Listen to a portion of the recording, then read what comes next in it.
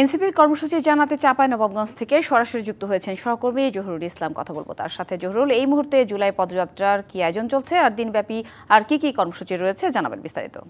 আপনাকে জানাতে চাই দর্শককে আপনার মাধ্যম দিয়ে, আমরা কিছুক্ষণ আগে জানতে পেরেছি যে চাঁপাইনবাবগঞ্জের বিশ্ব মোড়ে কিন্তু নেতাকর্মীরা কিন্তু চলে আসছেন এবং কিছুক্ষণের মধ্যেই কিন্তু এই যে মোড়টি আমি দাঁড়িয়ে আছি সেই মোড়টি কিন্তু শান্তি মোড় এলাকায়। এই মোড় থেকে কিন্তু তারা পদযাত্রাটি বের হয়ে তারা কিন্তু সরকারি কলেজ মোড়ে যাবেন এবং তারা নেতাকর্মী যারা আছেন তাদের মধ্যে এবং যারা এখানে উপস্থিত আছেন তারাও কিন্তু এক ধরনের আনন্দ উল্লাস করছেন এবং তারা যে কেন্দ্রীয় নেতাদের সাথে পদযাত্রা করতে পারেন সেটাও কিন্তু তারা জানিয়েছেন। এই চাঁপাইনবাবগঞ্জের যে মোড়টিটা দাঁড়িয়ে আছে সেটি কিন্তু এই মুহূর্তে কিন্তু তারা কিন্তু বের হয়ে যাবেন। আমরা একজন পদযাত্রার সাথে অংশগ্রহণ করতেছেন, তার সাথে আমরা কথা বলার চেষ্টা করব তারা কি ধরনের বিষয়টি দেখছেন। আপনারা তো এখানে আসছেন, এই পদযাত্রায় কেন আসছেন, আবার আপনাদের লক্ষ্য উদ্দেশ্যটা কি?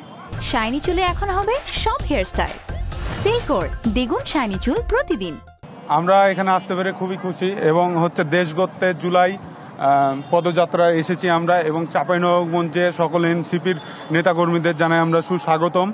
আমরা আমাদের যেটা এনসিপি সহ দেশের সরকারের কাছে চাওয়া যে জুলাই আন্দোলনে যারা শহীদ এবং আহত নিহত যারা আছে তাদের সপরিবারের সরকার খোঁজ খবর রাখবে এবং তাদের কাছে চাওয়া যে তাদের যে দাবি দাবাগুলো আছে সেগুলো পূরণ করবে।